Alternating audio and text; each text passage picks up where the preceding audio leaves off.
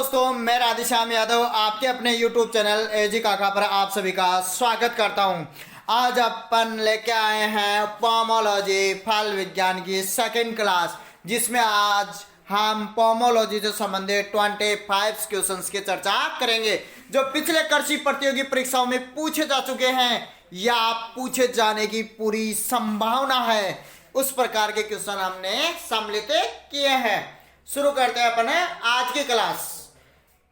पहला क्वेश्चन है आज की क्लास का, अनार के पौधों में कितने अंतर से लगाना चाहिए। यानी कि अनार पुर्णिका ग्रेनेटम है, उसमें R इंटू पी कितनी रखते हैं। Option 1 10 into 10 meter, option 2 5 into 5 meter, option 3 7 into 7 meter, option 4 20 into 20 meter. आपको अनार के पौधों में R इंटू पी बतानी है, तो अनार के पौधों में R इंटू पी रखी जाती है 5 इंटू 5 मीटर। इस बार जेट में भी एक क्वेश्चन पूछा गया था। नेक्स्ट का अपन बात करते हैं। सेकंड नंबर का क्वेश्चन है, सदाबहारी पौधों को लगाने का सर्वोत्तम समय कौन सा है।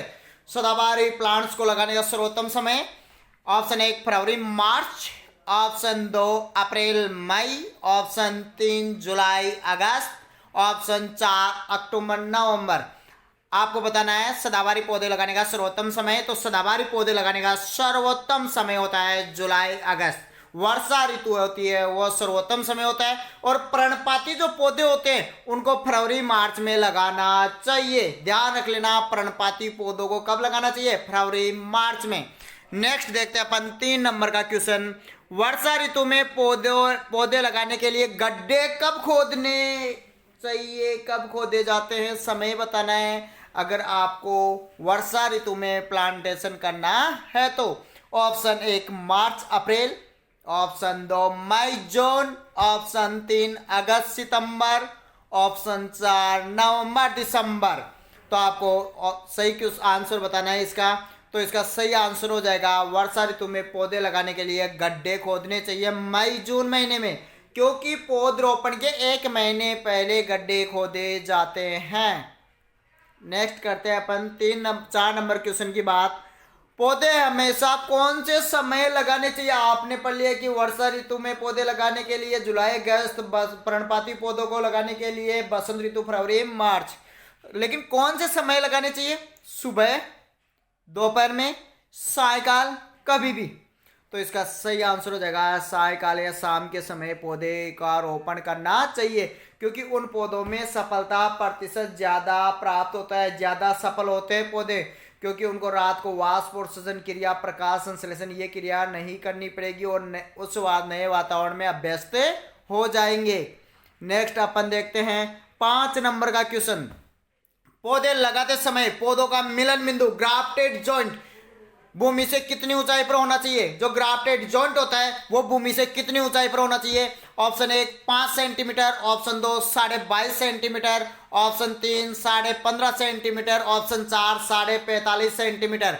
आपको सही आंसर बताना है कि ग्राफ्टेड प्लांट होते हैं उनमें ग्राफ्टेड जॉइंट की ऊंचाई कितनी होनी चाहिए, वो होनी चाहिए 22.5 सेंटीमीटर। कितनी होनी चाहिए, 22.5 सेंटीमीटर।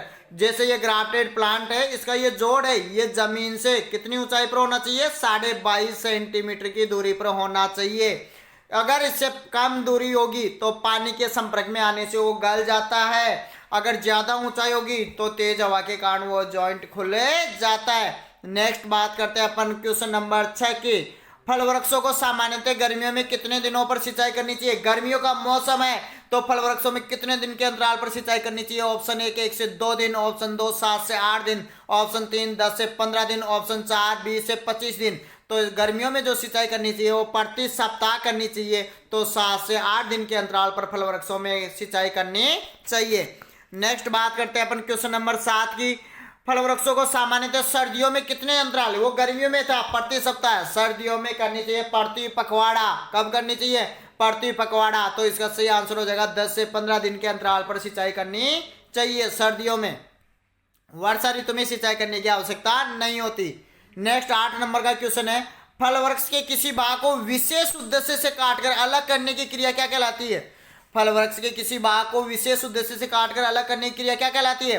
प्रूनिंग, ट्रेनिंग, दोनों, सभी सभी में, दोनों में भी सभी आ गए, इसमें भी सभी। बताओ कौन सा ऑप्शन आएगा इसका? इसका सही आंसर आएगा, वो आएगा प्रूनिंग, काट छांट। क्या कहते हैं? काट छांट। वो उद्देश्य क्या हो सकता है? कोई रोगग्रस्त शाखा को हटाना हो सकता है, जो आपने आकार दिया उस आकार को बनाए रखना हो सकता है, ये उद्देश्य हो सकते हैं। नेक्स्ट क्वेश्चन करते हैं 9 नंबर की बात। पौधों को निश्चित आकार देने की क्रिया जो फलन से पहले की जाती है क्या कहलाती है? ट्रेनिंग, प्रूनिंग, ट्रेनिंग, दोनों सभी। तो इसमें कहलाएगी, ये कहलाएगी संधाई या ट्रेनिंग। फल वृक्ष को निश्चित आकार देने की क्रिया जो फलन से पहले की जाती है क्या कहलाती है? ट्रेनिंग, ट्रेन करना, उसको निश्चित आकार देना, ट्रेनिंग कहलाती है। नेक्स्ट देखते हैं 10 नंबर का क्वेश्चन। प्रतिकूल मौसम की दशाएं, पाला, लू, ठंडी हवाएं, पाला, लू, ठंडी हवाएं सभी। तो प्रतिकूल मौसम जो फल वृक्षों के वृद्धि, विकास या फलन में बाधा उत्पन्न करता है उसे कहते हैं प्रतिकूल मौसम। तो ये सभी दशाएं फल वृक्ष के वृद्धि, विकास एवं फलन में बाधा उत्पन्न करती है। तो इसका आंसर हो जाएगा सभी। नेक्स्ट अपन 11 नंबर का क्वेश्चन देखते हैं। पाले से बचाव के लिए कौन सा उपचार करना चाहिए? पाला, जब सर्दियों में वातावरण का तापमान 0 डिग्री सेल्सियस से नीचे चला जाता है तो आपने देखा होगा घास फूस के ऊपर, पौधों के ऊपर बर्फ की पतली परत जम जाती है, उसे पाला कहते हैं। तो पाले से बचाव का उपाय अपनाना है, सिंचाई, धुआं, टाटियां बांधकर सभी। तो ये सारे तरीके ही है वो अच्छे हैं पाले से बचाव के लिए फल वृक्षों को। नेक्स्ट बात करते हैं क्वेश्चन नंबर 12 की। क्वेश्चन नंबर 12 है वो है फल वृक्षों को पाले से बचाव के लिए कितने प्रतिशत एस्ट्रोसोफोर का छिड़काव करना चाहिए? 3%, 1%, 0.1%, 0.01%। तो इसका सही आंसर हो जाएगा 0.01%। कितना परसेंट? 0.01%। नेक्स्ट बात करते हैं अपन क्वेश्चन नंबर 13 की। उत्तरी भारत में गर्मियों में मई जून के माह में पश्चिम दिशा से चलने वाली हवाओं को क्या कहते हैं? गर्मियों के अंदर जो उत्तरी भारत में मई जून के महीने में पश्चिम दिशा से जो हवाएं आती है उनको लू के नाम से जानते हैं। और सर्दियों में जो हवाएं आती है उनको किस शीतलहर के नाम से जाना जाता है? नेक्स्ट बात करते हैं 14 नंबर क्वेश्चन की। पौधों में वाष्पोत्सर्जन रोकने वाले रसायन है क्योलिन, पीएमए, ट्रिपल सी, साइकोसिल या सभी। तो इसके आंसर हो जाएगा सभी। नेक्स्ट बात करते हैं क्वेश्चन नंबर 15 की। उद्यान में फल वृक्षों से फलों का उत्पादन बिल्कुल नहीं होना या बहुत कम होना या अच्छी गुणवत्ता के न होना क्या कहलाता है? फलन, अफलन, उत्पादन, अनुत्पादन। तो इसका सही आंसर हो जाएगा अफलन। बहुत कम या बिल्कुल नहीं होना या घटिया किस्म के उत्पादित होना कहलाता है अफलन। अगला देते हैं पौधों में कौन से पोषक तत्वों की कमी के कारण फूल नहीं बनते हैं? कौन से पोषक तत्वों के कारण फूल नहीं बनते? फास्फोरस, सल्फर, बोरोन सभी। तो इन तीनों तत्वों के कारण ही पौधों में फूल नहीं बनते हैं। नेक्स्ट बात करते हैं 17 नंबर क्वेश्चन। पौधों में फूल बनने के लिए किसका अधिक होना आवश्यक है? नाइट्रोजन, कार्बोहाइड्रेट्स, प्रोटीन, वसा। तो कार्बोहाइड्रेट्स का अधिक होना आवश्यक है। अगर पौधों में कार्बोहाइड्रेट्स की मात्रा कम हो गई, नाइट्रोजन की मात्रा ज्यादा हो गई तो पौधा वृद्धि अच्छी करेगा लेकिन उसमें पुष्पन नहीं होगा। कार्बोहाइड्रेट्स का अधिक होना आवश्यक है। नेक्स्ट बात करते हैं अपन क्वेश्चन नंबर 18 की। फल वृक्षों में फलन के कारण हो सकते हैं पोषक तत्वों की कमी, मौसम की प्रतिकूलता, रोग कीटों का प्रकोप सभी। तो ये सारे कारण ही अफलन के होते हैं। नेक्स्ट देखते हैं 19 नंबर का क्वेश्चन। वही क्वेश्चन है अफलन के कारण बताने, सिंचाई की कमी, अधिक काट छांट, अनुपयुक्त भूमि सभी। तो ये इसमें भी ये सभी सारे कारण ही अफलन के हैं। नेक्स्ट बात करते हैं 20 नंबर क्वेश्चन। बहुत अच्छा क्वेश्चन है, थोड़ा ध्यान से देखना आप और जवाब देना इसका। जब पौधों के पुष्पों में जननांगों के पूर्ण विकसित होने के बाद भी बीजांड या पराग में असंगति होती है उसे क्या कहते हैं? असंगतता, इनकम्पेटिबिलिटी, संकरीकरण, हाइब्रिडिटी, सौबंध्यता, सेल्फ स्टेबिलिटी या सभी। तो इसका सही आंसर हो जाएगा असंगतता, इनकम्पेटिबिलिटी कहते हैं। नेक्स्ट बात करते हैं क्वेश्चन नंबर 21 की। कौन से फल वृक्षों में इनकम्पेटिबिलिटी पाई जाती है, असंगतता पाई जाती है? आड़ू, नाशपाती, सेब। तो इन सभी में असंगतता पाई जाती है। नेक्स्ट बात करते हैं क्वेश्चन नंबर 22 की।